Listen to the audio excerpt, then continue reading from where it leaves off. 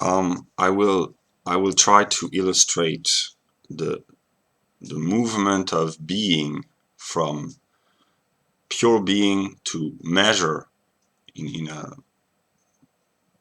simplified way by illustrating example with the white nationalist movement.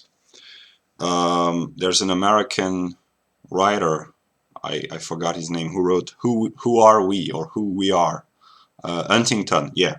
And also William Pierce wrote the book titled Who We Are. But if I wanted to be annoying, I would say that when you ask the question who we are, you have to define being.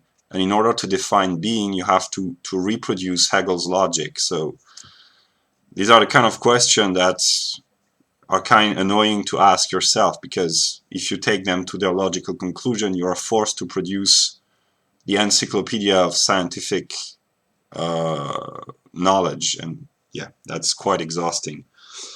The white advocates often talk about reality. You have to look at things how they really are. You have to shatter your dreams and your illusions. And it is implied in this speech that, like I said, reality contains negation.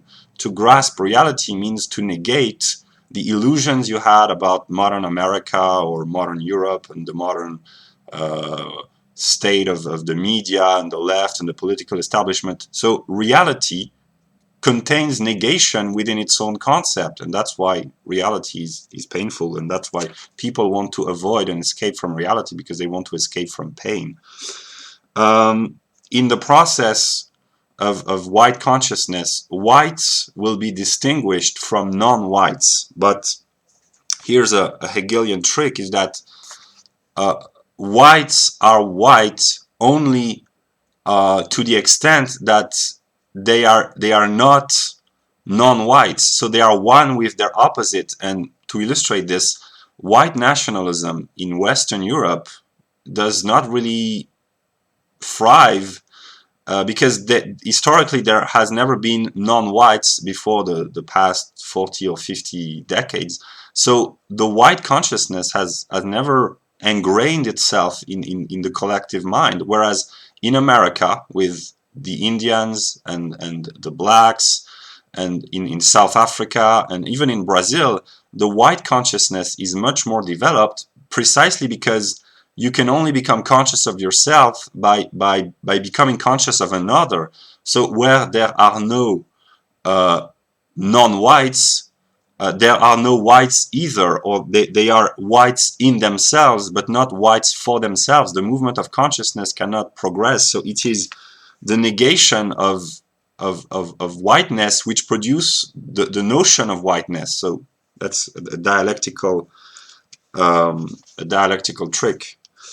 And Europeans tend to think of Americans, of white Americans, as Americans who define themselves as white, as being decadent, without culture. We Europeans are a refined and high cultured people, and those decadent right-wing Americans, they think only of their skin color because they lack a culture. They are a degraded people, whatever. That's what some aristocratic Europeans think. And what is kind of comical is that the white Americans, America was a white creation against Europe in reaction to the oppression of Europe. So the United States built themselves in negation of Aufhebung of Europe. They negated Europe while preserving European values. So it's a Hegelian movement. And now the white Americans are calling themselves European Americans. So they are unconsciously coming back to the fatherland, and they are taking pride in their European heritage, and they understand that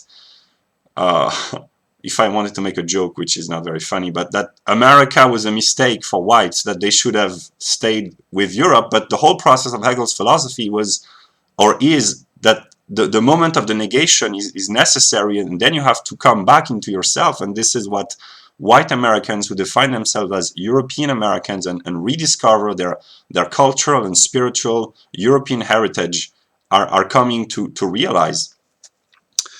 Yeah. Um, yeah, and then the still in the logic, they think the white advocates that all whites are one, and for them, which is logical because they are rational creatures, two white persons are different, but they are differently different than a white and a Hispanic. So they imply that quantitative multiplicity is not a real difference because two whites are two, but they are actually one. But a white and a Hispanic, or a white or Afro-American, in their mind, they are different. That's a qualitative difference. But Hegel shows us that qualitative difference transcends itself too, so that from a very Hegelian point of view, blacks and whites are identical, but we're not yet there.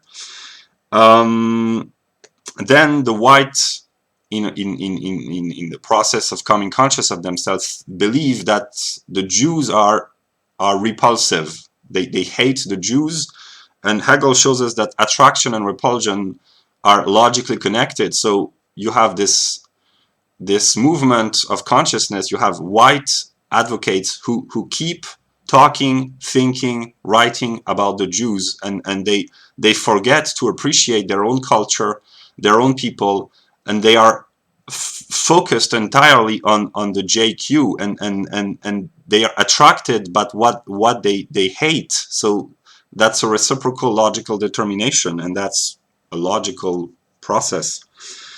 Then we have the question of continuity. Who is white and who is non-white? What about the partly white, the 3/4 of white?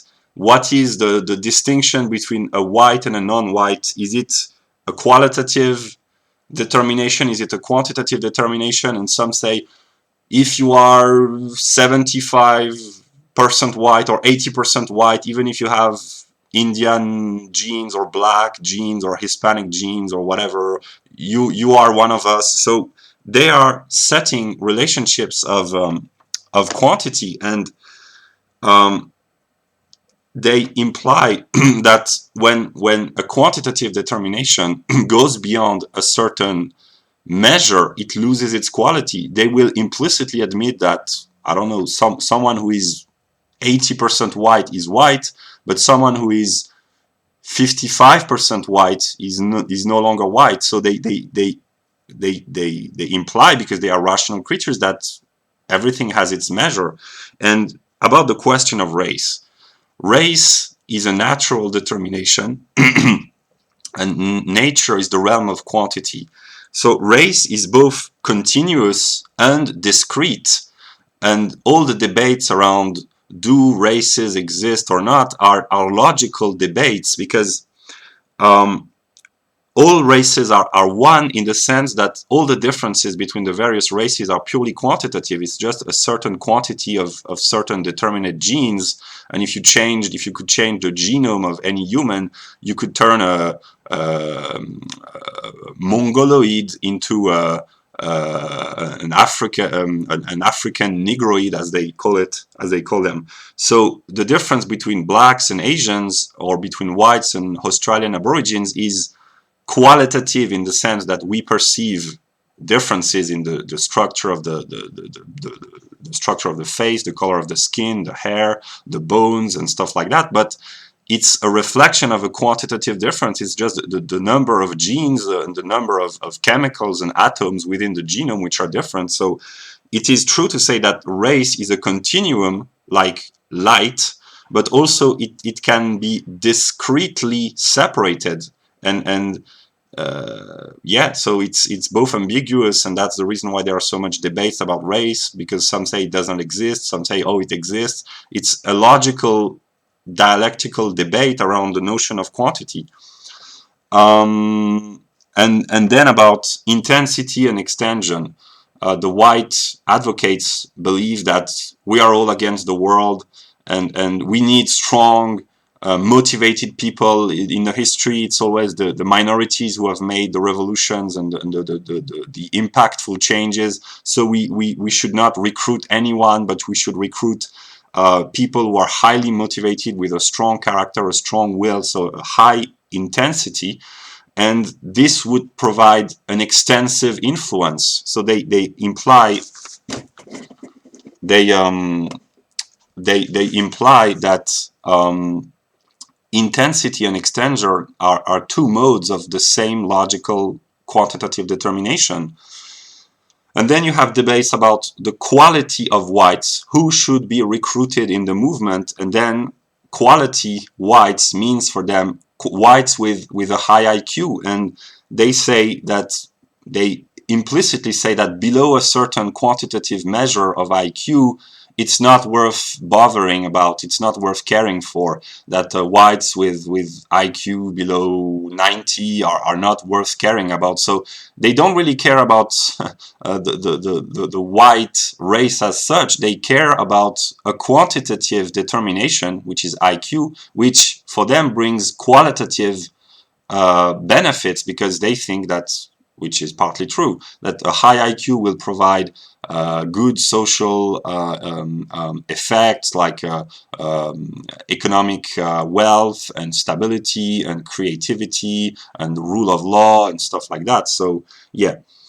And another thing is that in the vaguely awakened masses, you find ideas such as America was better when it was 90% white, make America at least 80% white again. So you have those kind of crazy ideas which are rationally logical from a Hegelian standpoint, but the idea is that the being of an entity, in this case America, is determined by its measure, and that you have to restore the proper measure in order to have the full experience of being. That's what they imply. And so Hegel's logical categories are everywhere, and they are the all animating soul, the pulse, the heartbeat of reality, and we are all chained to the dialectical rhythm, as Katy Perry sings. We are all chained to the rhythm, and the rhythm is logical and dialectical, and the only way to unchain ourselves is by understanding the movement and by becoming one with this dialectical flow of logical categories. And hopefully I can help awaken a few persons, white or non-white, because logic is the all-encompassing rationality of all thinking creatures, whatever their origin or IQ or culture. That's the movement of reality. And yeah.